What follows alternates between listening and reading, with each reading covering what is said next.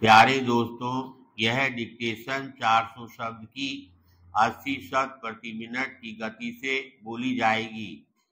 Ready, start करते ही dictation शुरू हो जाएगी।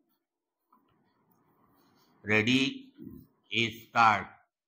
महोदय, हमें इस बात पर विशेष ध्यान देना होगा कि हमारी शिक्षा प्रणालियां, जो पुस्तकें हम पढ़ते हैं, रेडियो से जो प्रसारण हम सुनते हैं, जो फिल्में हम देखते हैं, वे भारतीय मस्तिष्क को विकृत ना करें, बल्कि एकता और एकजुटता को बढ़ाने के लिए मार्गदर्शन करें।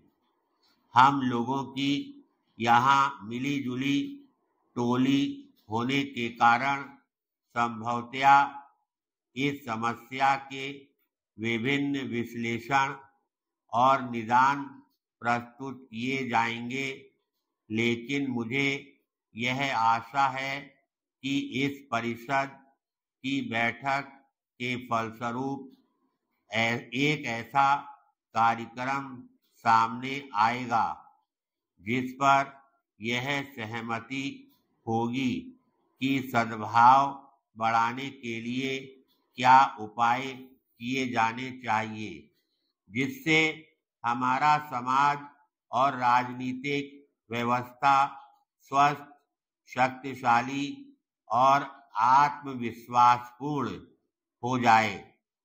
जैसा कि मैंने पहले कहा है, केंद्रीय सरकार के ऊपर महत्वपूर्ण जिम्मेदारी है, लेकिन राज्य सरकारों के सहयोग के बिना केंद्रीय सरकार अपना कर्तव्य कैसे निभा सकती है।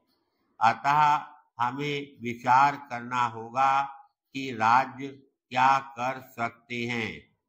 राजनीतिक पार्टियां किस प्रकार सहायक बन सकती हैं, समाचार पत्रों से कैसे मदद मिल सकती है और यह परिषद अथवा इसके द्वारा गठित कोई संगठन किस प्रकार काम कर सकता है। क्या हमें केंद्रीय अथवा राज्यों के स्तर पर समितियां नियुक्त करनी चाहिए। स्थायी निगरानी रखने के लिए क्या सामूहिक प्रयास किया जा सकता है।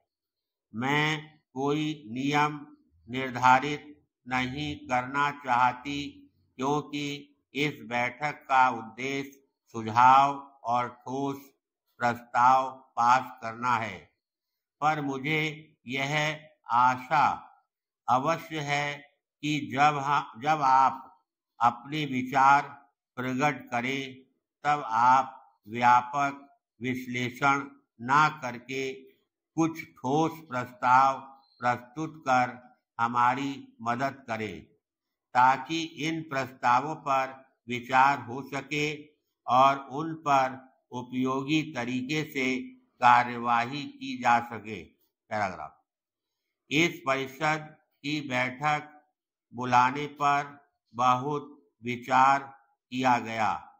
इस कारण विलंब हुआ कि हम लोगों से परामर्श कर रहे थे। आज मैं यहाँ बहुत भारी मन से बोल रही हूँ। प्रश्न केवल अल्पसंख्यकों, मुसलमानों या ईसाइयों या अन्य अल्पसंख्यकों के प्रति सहानुभूति का नहीं है, और ना ही पद दलित लोगों, हरिजनों अथवा आदिवासियों की स्थिति के प्रति केवल चिंता प्रकट करने का, बल्कि भारत के नाम पर कलंक लगने, उसकी बदनामी होने तथा उन बुनियादी मूल्यों और आदर्शों के कलंकित होने पर मुझे अपार दुख है, जिनके कारण ही भारत सदा से माना जाता रहा। मैं समझती हूँ कि आधुनिक भारत में इस काम को आगे बढ़ाया जाए। धन्यवाद।